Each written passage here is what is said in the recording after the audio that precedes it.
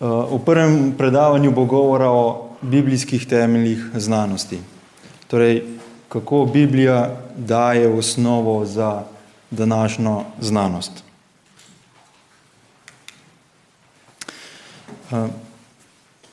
Takoj uvodoma moram poudariti, da moj doktorat ni iz astrofizike, niti iz biologije, ampak iz eksperimentalne hidravlike. To je nekaj vmes med gradbeništvom in strojništvom. Zato pač v teh predavanjih povzemam doktorje znanosti, ki imajo boljše reference od mene. In to sta predvsem dr. Jonathan Sarfati, ki ima doktorat iz fizikalne biologije, in dr. John Hartnett, ki je doktor fizike in je kozmolog. V manjši meri bom navajal tudi profesor doktorja Johna Lennoxa, ki je profesor oziroma doktor matematike in filozofije znanosti na Oxfordu. No in kot vir za nadaljne proučevanje vam predlagam obisk spletne strani creation.com. To je spletna stran organizacije, ki se zelo veliko ukvarja s to temo in je bogat vir literature. Namen predavanja je pokazati, da za veroustvarnika ni treba izklopiti pameti in da vera ustvarnika ni slepa, pač pa ima zelo trdne argumente in to precej boljše kot vera v veliki pok in evolucijo. Motivacija je dana tudi z naslednjimi svetopisanskimi vrsticami. V glavnem so vse znane, pa jih bom kar prebral. Ljubi Gospoda svojega Boga z vsem srcem, z vso dušo in z vsem mišljenjem. Vselej bodite vsakomur pripravljeni odgovoriti, če vas vpraša za razlog upanja, ki je v vas. Kajti od stvarjenja sveta naprej je mogoče to, kar je v njem nevidno, z umom zreti po ustvarjenih bitjih, njegovo večno mogočnost in božanskost. Podiramo razmisleke in vsakršno visokost, ki si dviga proti spoznanju Boga. Poudarjam, da je napisano razmisleke, podiramo razmisleke, ne ljudi, ki se ne strinjajo z nami. In še iz razodetja, molite njega, ki je naredil nebo in zemljo, morje in izvirke voda.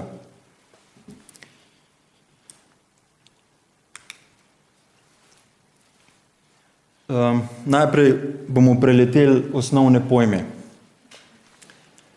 Znanost lahko razdelimo na dve veliki področji, na operativno in na historično znanost. Operativna znanost temelji na ponovljivih eksperimentih in daje rezultate, kot so recimo sateliti, internet, zdravila, skratka to, kar si razumemo kot tehnologija, ki izvira iz znanosti. Historična znanost je pa forenzična, ni eksperimentalno ponovljiva.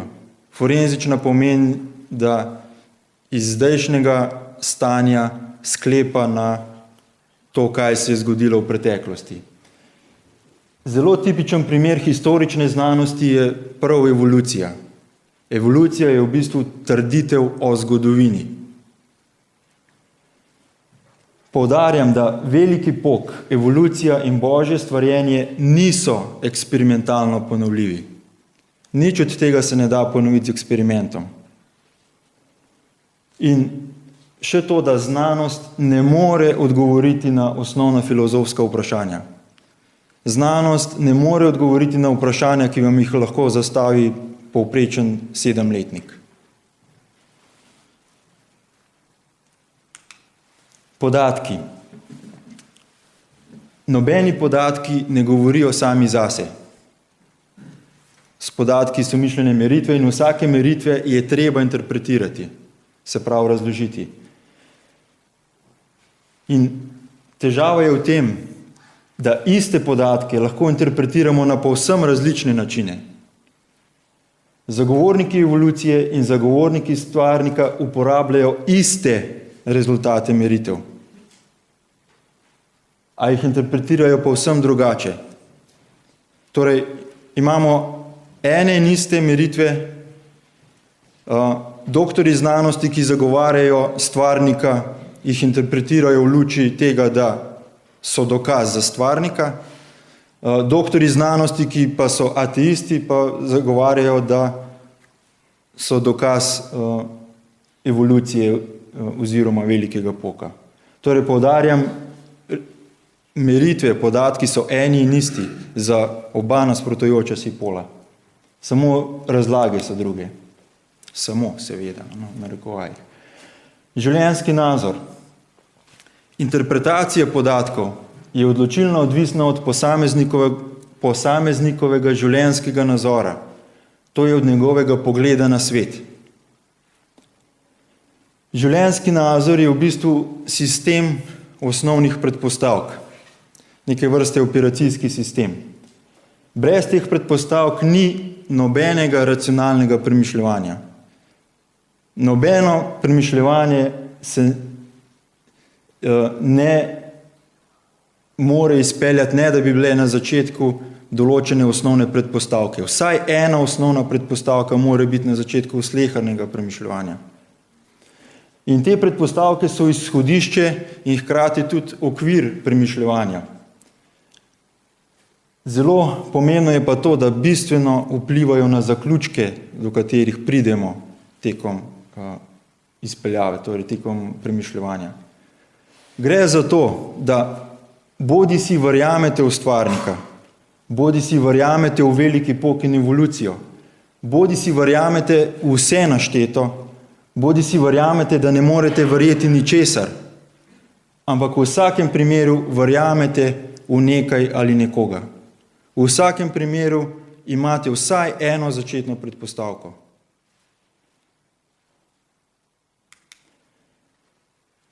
In čeprav je to samoumevno, se velikokrat pozablja, da so tudi znanstveniki samo ljudje. Tudi oni imajo svoj življenjski nazor.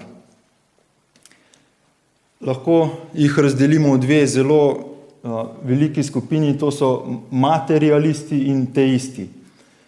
Materialisti, se pravi tudi naturalisti oziroma evolucionisti, trdijo, da je vse samo naravno, da ni ničesar nadnaravnega, torej ničesar, kar presega naravo, vesolje, kot ga poznamo.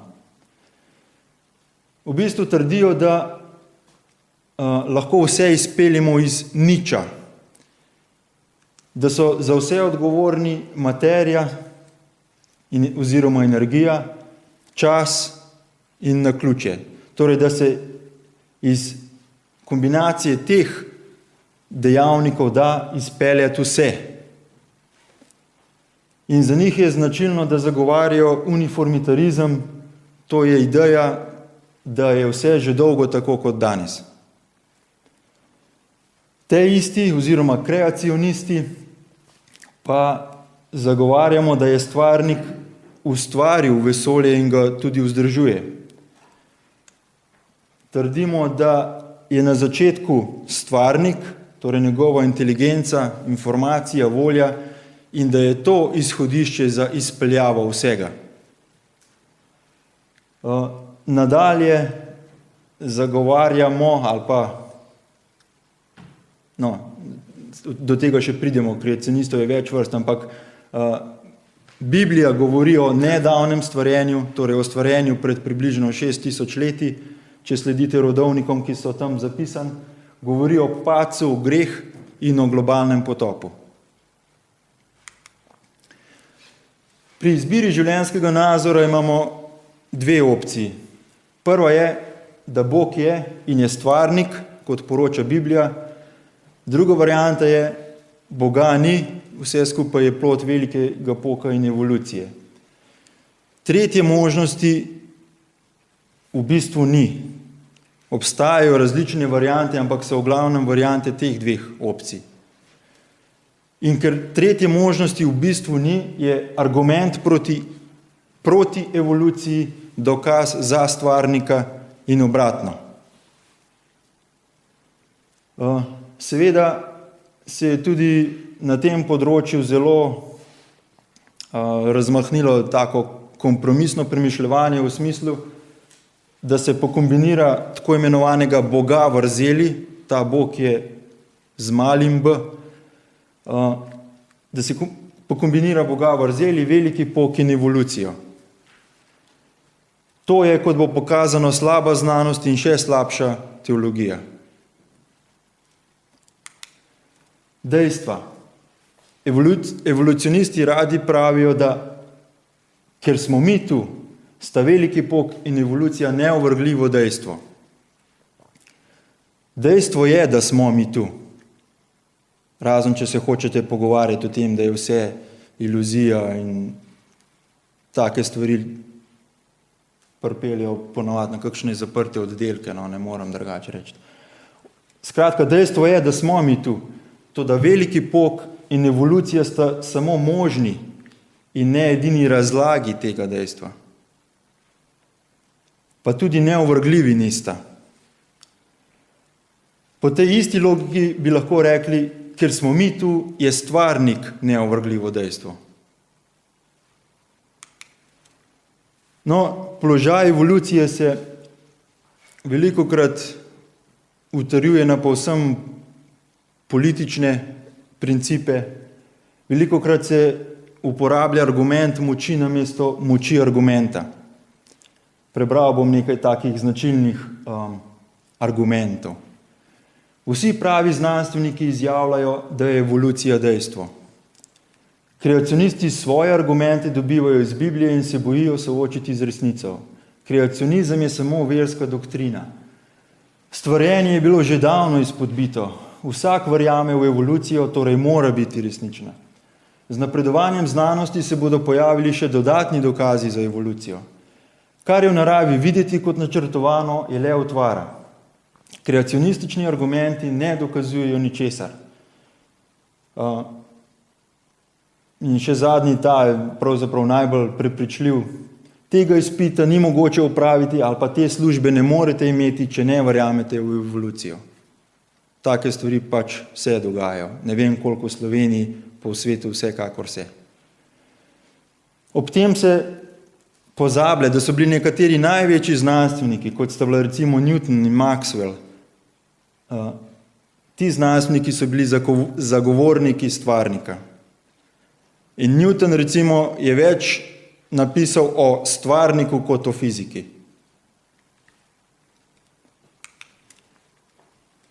Položaj evolucije je v veliki meri rezultat medijev. Ti vsako domnevo povezano z evolucijo napihnejo v senzacijo.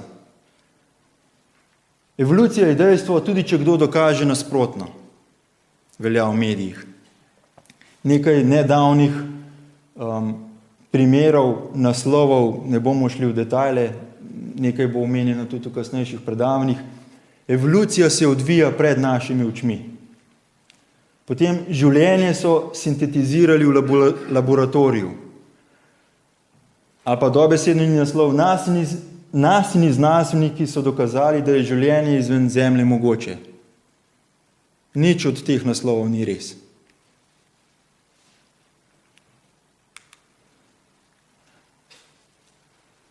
Znanstveni konsens. Evolucijski naturalizem je konsens znanstvene skupnosti. In nasprotovanje tem dejstvom je tako očitno neumno, kot trditi, da je Zemlja ploščata, pravijo. Konsens v bistvu pomeni, da je resnica to, s čimer se strinja večina. Ampak stvarnost kot taka, torej resničnost, nikoli ni bila in nikoli ne bo odvisna od števila podpornikov neke razlage stvarnosti. Večina ne more določati resnice. Celo to je res, da se zaradi konsenzne znanosti napačne ideje lahko uveljavijo do te mere, da ovirajo napredek pri raziskavah. Nekaj citatov dr. Crichtona z Harvarda. Naloga znanosti nima prav ničesar opraviti s konsenzom. Konsens je stvar politike. V nasprotju s tem znanost potrebuje le enega raziskovalca, ki ima prav, kar pomeni, da ima rezultate, ki so preverljivi z realnim svetom. Naprej. V znanosti je konsenz irelevanten.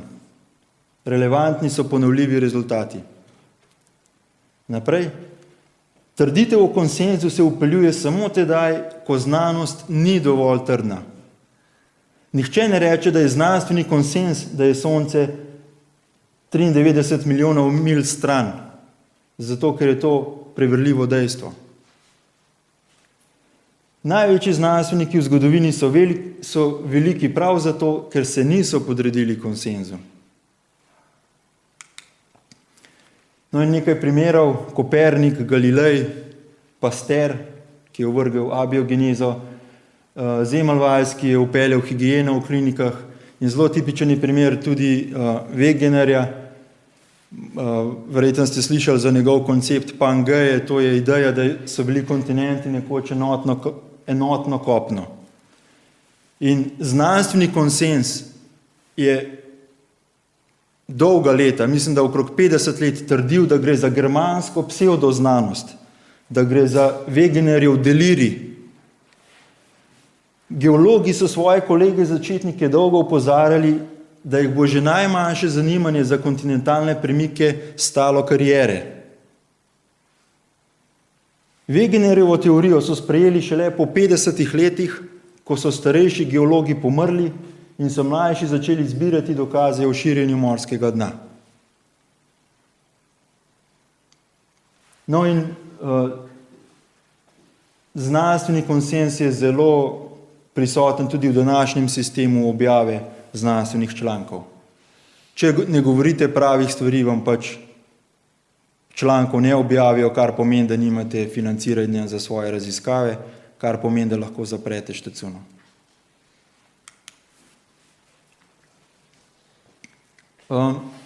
V znanosti veliko temelji na računalniških simulacijah. In večina ljudi je prepričanih, da se z računalniki da simulirati čisto vse.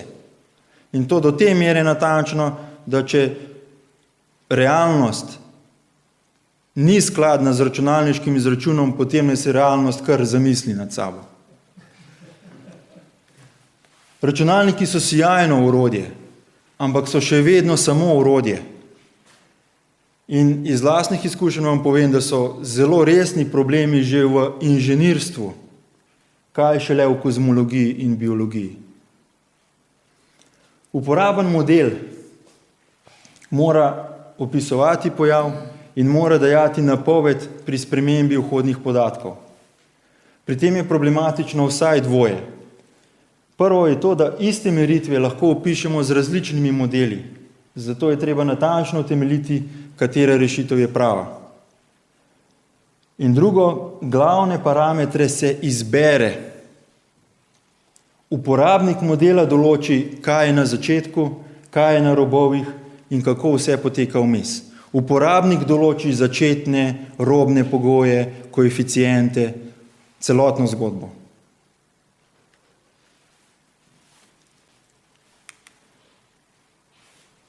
No in velikokrat se skuša ustvariti vtis, da znanost deluje ločeno od vere, da vera v bistvu ovira znanost. Thomas Nagel, profesor filozofije in prava, pravi tako, in mimogrede, on je res avtoriteta. Govorim iz izkušenj in sem tudi sam močno podvržen temu strahu. Želim si, da je ateizem resnica in mi je nelagodno zaradi dejstva, da so nekateri najbolj inteligentni in dobro informirani ljudje, ki jih poznam, religiozni verniki. Citat se nadaljuje. Ne gre samo za to, da ne verjamem v Boga in da seveda upam, da je moje prepričanje pravilno. Gre za to, da upam, da ni Boga. Nočem, da bi Bog obstajal. Nočem, da bi bilo vesolje takšno. Menim, da ta problem kozmične avtoritete ni redek pojav in da je odgovoren za veliko scientizma in redukcionizma našega časa. Scientizem je ideja, da znanost lahko razloži vse. No in naprej, ena od tendenc, ki jo podpira, je smešno prepogosto uporabljanje evolucionistične biologije za razlago vsega o človeškem življenju, vključujoč vse o človeški misli. In mislim, da je Nagel avtoriteta prav zato, ker si upa to povedati tako, nedvoumno.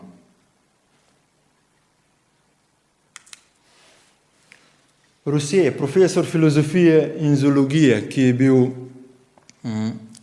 eden ključnih akterjev v sojenju proti temu, da bi se idejo inteligentnega načrtovanja, tako imenovani intelligent design, skušali upeljati v šole kot znanstveno alternativo evoluciji. No in ta profesor filozofije in zoologije pravi tako. Evolucijo njeni zagovorniki promovirajo kot nekaj več kot čisto znanost. Evolucijo se razglaša kot ideologijo, kot sekularno religijo, povsem kvalificirano alternativo krščanstvu s pomenom in moralo.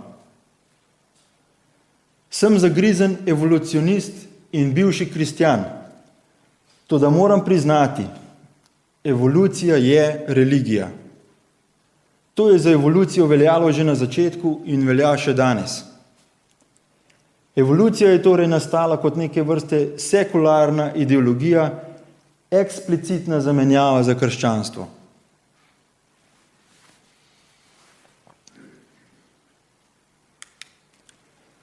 Levontin, profesor, genetik, marksist, eden vodilnih svetovnih evolucijskih biologov, pravi tako in poudarki so že v njegovem originalu. Naša pripravljenost, da sprejmemo znanstvene trditve, ki nasprotujejo zdravi pameti, je ključ do razumevanja resnične borbe med znanostjo in nadnaravnim. Pritrjujemo strani znanosti navkljub očitni absurdnosti nekaterih njenih konstruktov, navkljub njeni nesposobnosti, da bi izpolnila mnoge svoje ekstravagantne obljube o zdravju in življenju, navkljub tolerantnosti znanstvene skupnosti do nedokazanih kar tako zgodb, ker imamo prioritetno obvezo predanost materializmu. Citat se nadaljuje. Ne gre za to, da nas metode in institucije znanosti na nek način silijo, da sprejmemo materialno razlago pojavnega sveta. Pač pa nas nasprotno naša a priori, to je vnaprej, vdanost materialnim vzrokom sili, da ustvarjamo raziskovalni aparat in niz konceptov, ki proizvajajo materialne razlage, ne glede na to, kako so protiintuitivne, ne glede na to, kako so skrivnostne za tiste, ki niso vpeljani v to. Še več, ta materializem je absolutni, saj ne moremo dovoliti božanskega na našem pragu.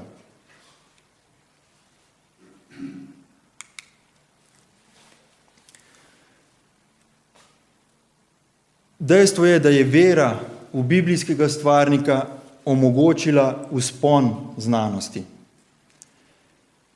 In zgodovinarji znanosti, celo ateisti med njimi poudarjajo, da je bil vzpon znanosti možen samo v krščanskem svetovnem nazoru. Znanost v antični Grčiji ni kaj pride dosegla. Tudi na Kitajskem so smodnik odkrili bolj ne po naključju, vsekakor pa ne po nekem sistematičnem procesu raziskovanja. Profesor Harrison, zgodovinar, pravi tako. Čeprav se zdi čudno, je Biblija imela pozitivno vlogo pri razvoju znanosti. Če ne bi bilo dobesednega razumevanja Biblije in posledičnega sprejemanja biblijskih poročil strani modernih znanstvenikov, se sodobna znanost morda sploh ne bi pojavila. Če povzamem, Biblija in dobesedno razumevanje le-te sta odigrala ključno vlogo pri razvoju zahodne znanosti. Velikokrat se skuša ustvariti vtis, da v tistih davnih temačnih časih so ljudje verjeli v Biblijo in tam omenjenega Boga, potem so pa videli, zakaj v resnici gre in so se oprijeli znanosti in so Biblijo zavrgli in se samo še na znanost koncentrirali. Resnica je pa prav obratna. Največ so v znanosti dosegali tisti, ki so štartali iz biblijske osnove, da je vesolje urejeno, da je za vsem tem stvarnik in tako naprej. Profesor Snobelen, tudi zgodovinar, pravi, tu je zadnji paradoks.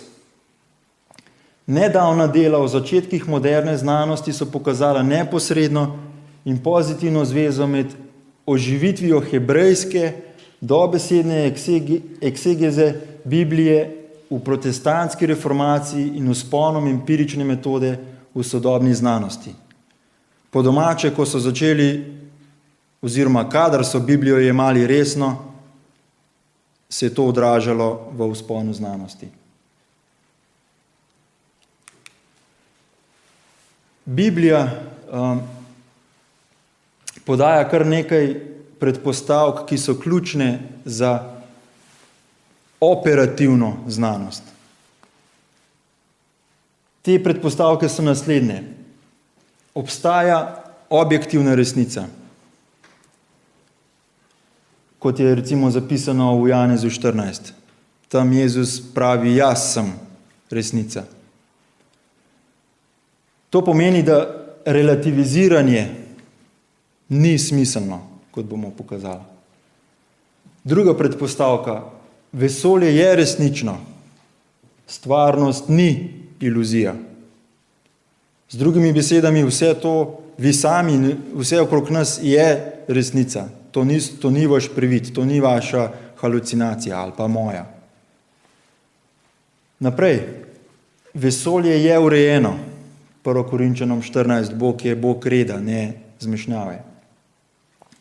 Bog ni muhast, kot naprimer Zeus in drugi bogovi. Bog ne spreminja pravil. Četrta predpostavka, človek sme in mora raziskovati stvarstvo. V Genezi je pisano, da je Adamu in Evi dal mandat, da gospodujeta stvarstvu. Pač z določenimi okviri, pa vendar, dal jima je domeno, ki naj jo upravljata.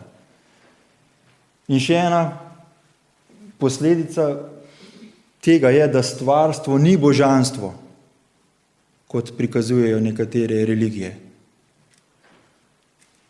Recimo, voda ni božanstvo, vi lahko mirno jo zavrete in preverite, da res zavre pri 100 stopinjah Celzija. Ni treba vprašati Boga vode, če lahko skuhate čaj. Naprej, človek lahko misli samostojno in racionalno. Po Božji podobi smo ustvarjeni. In zadnje, pa ne tako zanemarljivo je, da rezultati morajo biti predstavljeni pošteno. Ne laži, je Bog dal zapisati v zapovedi. Na to temo je v znanstvenih objavah čedalje več težav. Tudi do tega še pridemo. Postmodernisti radi bežijo v relativiziranje. Relativiziranje ni isto kot relativnost. Relativnost je preverjena fizikalna teorija, s katero je povezana enačba E je mc kvadrat. Einstein in ta zgodba. Torej, relativnost je potrjena zadeva. Relativiziranje je pa bežanje v izjave, kot so tukaj navedene. Recimo izjava, vse je iluzija. Ampak potem je tudi ta izjava iluzija in ne more biti resnična. Ali pa vsaj ni taka, da bi kdo kaj prida temeljil na tej iluziji. Naslednja tipična izjava je, da ne moremo spoznati resnice. Torej, tudi te izjave ne morete spoznati, ne morete je dati take izjave. Ker vi ne morete spoznati, da ne morete spoznati. Razumete, to je logično neskladno. Naprej, kar je resnica zate, ni resnica zame. Je že res, da imamo različne poglede na iste stvari. Recimo, ati, ki je barvno slep, farbenblind, kot se reče, lahko za pulover, ki je očitno rdeče barve, trdi, da je zelen oziroma moder oziroma karkoli. Vsekakor lep, ja.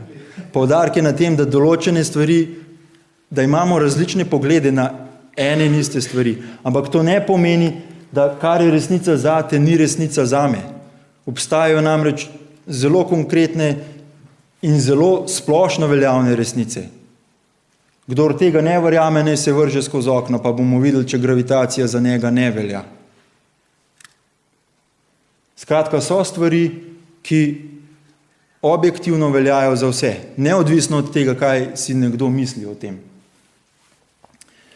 No in Lennox pravi zelo nedvoumno. Prav to je zanimivo pri teh, ki zagovarjajo različne vrste relativizma. Kaže, da na koncu vsi v bistvu pravijo, da so resnica, dojemanje in tako dalje relativni, razen seveda resnice, za katero si tako goreče prizadevajo, da bi jo mi uvideli. Gre za to, da jim ne uspe njihovega relativizma aplicirati na njih same. Skratka, kdor se zateka v relativiziranje, ne more dajati absolutnih trditev.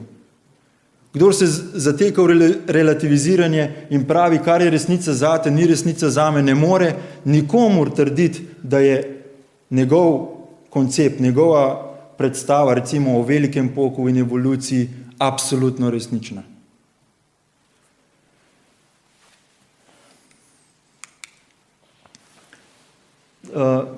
Predpostavka, da je vesolje urejeno. Eiseley, ki vsekakor ni bil kristjan, je zapisal takole. Filozofija eksperimentalne znanosti se je začela kot dejanje vere, da vesolje poseduje red in ga je možno interpretirati z racionalnim umom. To je eden čudnih paradoksov zgodovine, da znanost, ki profesionalno nima veliko opraviti z vero, dolguje svoj izvor dejanju vere, da je vesolje možno razumsko razložiti in da se današnja znanost ohranja s to predpostavko.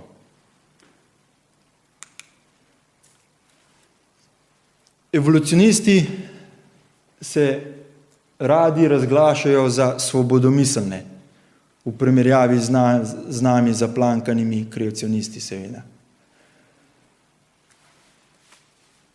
Dejstvo pa je, da svojim naukom žagajo vejo, na kateri sedijo.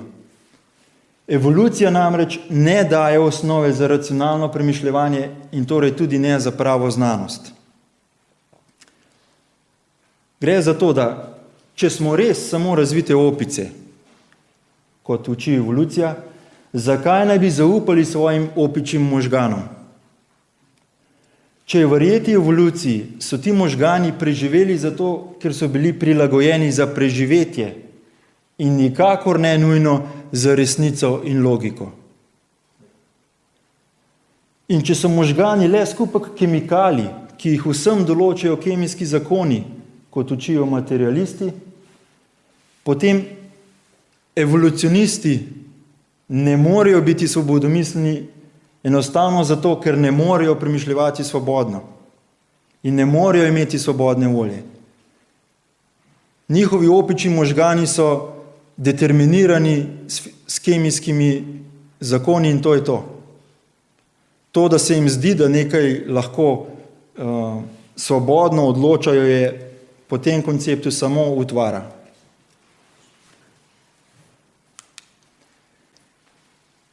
C.S. Lewis pravi tako: če je bila vsa evolucija naključje,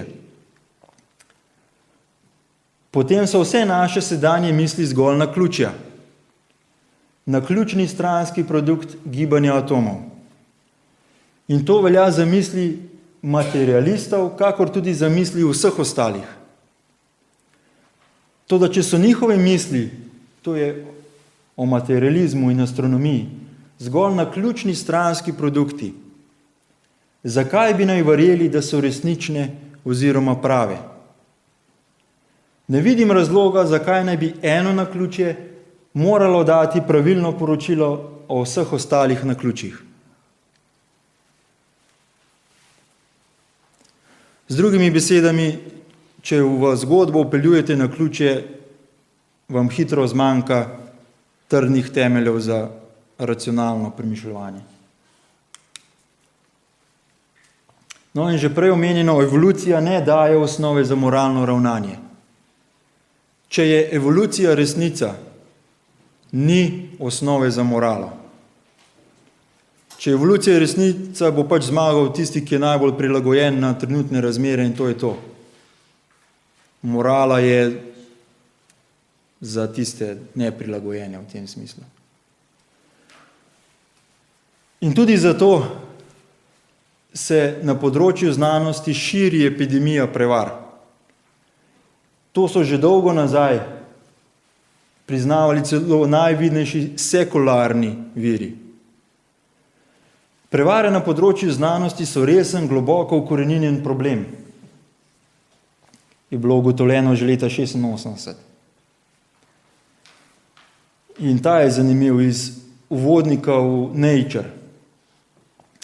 Približno 20 dokazanih primerov poneverjanja v preteklih 5 letih je nastopilo v nekaterih izmed najbolj priznanih raziskovalnih institucij na svetu, kot so Cornell, Harvard, Sloan Kettering in tako naprej.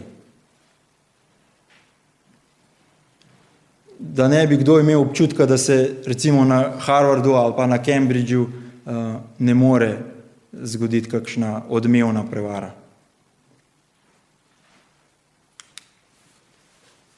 No, zdaj na koncu se počasi bližamo začetku. Pri vprašanjih začetka vesolja nimamo opravka samo z znanostjo, temveč tudi s filozofijo. Ne gre samo za fiziko, pač pa tudi za metafiziko. Leibniz, zelo znan matematik in filozof, je postavil vprašanje, zakaj sploh karkoli obstaja. Mogoče se zdi samoumevno, banalno, pa je daleč od tega. Zakaj sploh karkoli obstaja? Zakaj ni vse skupaj nič? Zakaj mi smo? Zakaj ni realnost enaka nič? To, da nekaj obstaja, nikakor ni samoumevno. In Leibniz je prišel do sklepa, da zaradi bitja, ki je neskončno, večno, vsemogočno, neuničljivo. Torej zaradi Boga, zaradi stvarnika. Hume tega ni prenesel, ne tega sklepa in ne stvarnika. In je predlagal, da bi namesto bitja vpeljali kar materialno vesolje. Skratka, odgovor na to, zakaj sploh karkoli obstaja, je materialno vesolje. Nekoliko poenostavljen.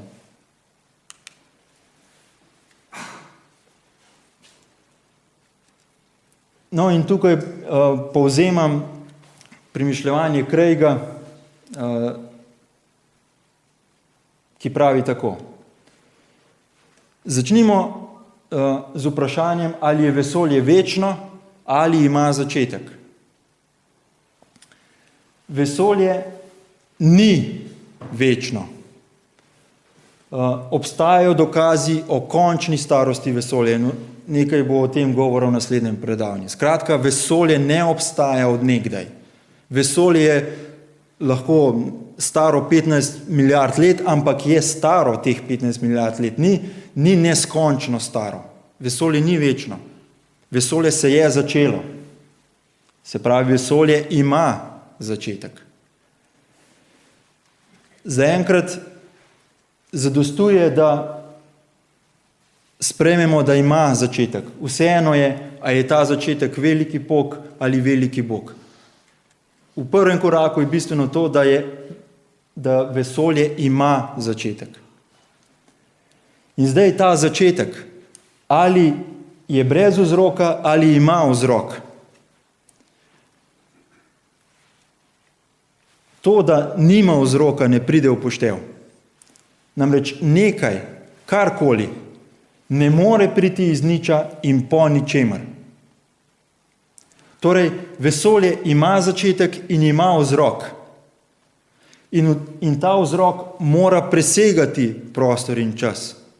Torej, vesolje je prostor-čas, kombinacija prostora in časa. In vzrok vesolja mora presegati to. Vzrok za začetek vesolja mora biti večji od vesolja. In potem se postavlja vprašanje, ali je ta vzrok neosebni ali osebni. Vsak začetek, torej, da se nekaj pojavi v času in nadaljuje v času, vsak začetek terja voljo. Voljo pa ima samo oseba. Neosebni vzrok nima volje. Se pravi, vesolje ima začetek, ima vzrok in ta vzrok je oseben. Ta vzrok je oseba. Se pravi, stvarnik.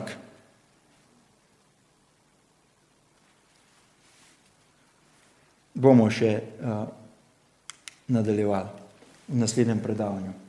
In potem se postavlja vprašanje, zelo značilno, kdo je potem ustvaril stvarnika?